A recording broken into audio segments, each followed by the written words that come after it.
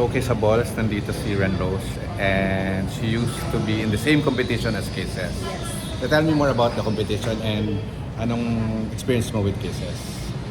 That was batch 2016 or 15 if I forgot. Miss Kasi Masbate to, no? Yes, Miss Masbate and Kisses.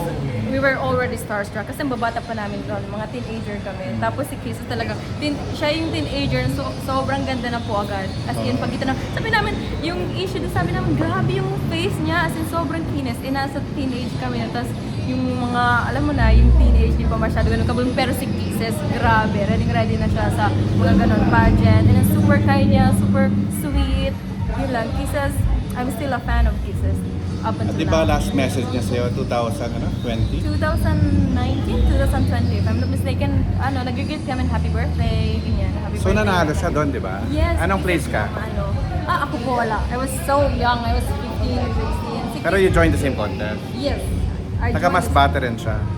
So I saw ang ganda ng mga beaches sa Masbate, totoo. Super blue water. If you wanna go to a lot of beaches, Masbate is the best. And na-confirm niya nasa New York talaga si Kisses. Yes po. That's according to some friends as well, mutual friends.